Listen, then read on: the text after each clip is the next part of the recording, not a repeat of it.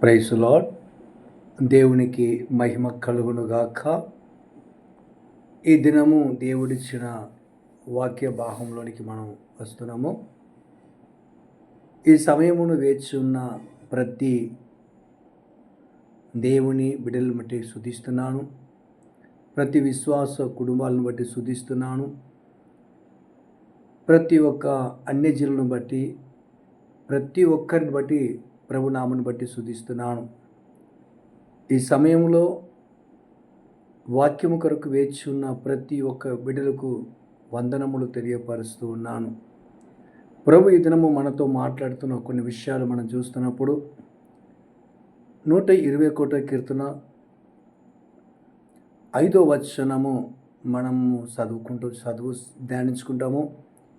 యెహోవాయే నిన్ను కాపాడువాడు, నీ కుడి పక్కను యెహోవా నీకు నీడగా ఉండును అని ప్రభు అన్నాడు. Praise the Lord. హల్లెలూయా.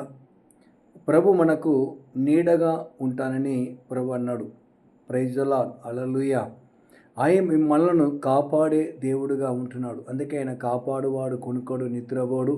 యెహోవాయే మనలను కాపాడువాడుగా మనం యాత్ర కీర్తనలో మనం చూస్తూ ఉంటున్నాం. ఎందుకంటే ఆ కీర్తన అంతా మనం చూస్తూ ఉంటే సహాయము ఆయన వల్ల మనకు కలుగునని కూడా లేఖనాలు సెలవిస్తున్నాడు. రెండోది, ఏ అపాయము కూడా మనకు రాకుండా ఆయన భద్రపరిచి కాపాడుతారని ప్రభు అన్నాడు. మన ప్రాణాలను కాపాడువాడు అని సెలవిస్తున్నాడు. కనుక ప్రభు కాపాడువాడు, అది మాత్రం కాదు, మనకు నీడగా ఉంటానని వాగ్దానం ఇస్తున్నాడు. హల్లెలూయా. ప్రభువుని బట్టి స్తుతిస్తున్నాను. ఎందుకంటే ఈ దినంలో ఎక్కడ చూసినా శోధనలు, ఇబ్బందులు, కష్టాలు, నష్టములు, వేదనలు, మనసులో నెమ్మది లేక, సమాధానం లేక, సంతోషం లేక, అల్లరితో కూడిన ఆటపాటలతో ఈ దినము కొన్ని స్థలంలో భయంకరమైన దినాలు అనుభవిస్తూ ఉంటున్నారు. నెమ్మది లేని బ్రతుకుతూ ఉంటారు. మనశ్శాంతిని కోల్పోయే స్థితిలో ఉండేవారు అనేకులు ఉంటున్నారు. హల్లెలూయా. అయినప్పుడు కూడా ప్రభు పేరట దేవుని వాక్యము ఏం సెలవిస్తుందంటే, నేను కాపాడే దేవుడను, ఆయనకు నీడగా ఉంటానని మాట ఇచ్చాడు. ప్రకటన 3వ అధ్యాయంలో 10వ వచనం మనం చూస్తున్నప్పుడు, నా ఓర్పు విషయములో వాక్యమును కైకొట్టివి గనుక శోధన కాలములో నేను నిన్ను కాపాడుతాను అని ప్రభు అన్నాడు. ప్రభు మనకు నీడగా ఉండే దేవుడు, మనలను కాపాడుతున్న దేవుడుగా ఉన్నాడు. హల్లెలూయా. కనుక మనం చూస్తున్నప్పుడు 3 విషయాలు మనం చూసి ముగించుకుంటాము. ఒకటి, మనకి ఎదురు వస్తున్న ప్రతి శత్రువు చేతుల నుంచి విడిపించినట్టుగా కీర్తన 17:9వ వచనం మనం చూస్తున్నాము. అలాగే శత్రువులు అంటే ఏమిటి అంటే దుష్టుడు. ఇర్మియా గ్రంథము 15:21వ వచనం మనం చూస్తున్నప్పుడు, నేను శత్రువు చేతుల నుంచి విడిపిస్తాను, బలాత్కారము చేయవారి చేతుల నుంచి తప్పిస్తాను. అంటే దుష్టుని చేతుల నుంచి విడిపించే దేవుడిగా కనబడుతున్నాడు.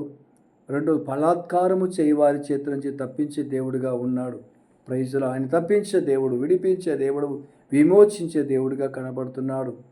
అలాగే రెండో విషయం మనం చూస్తున్నప్పుడు, నీకు ఆర్థిక సమస్య నుండి విడిపిస్తాను అని చూస్తున్నాడు. హల్లెలూయా.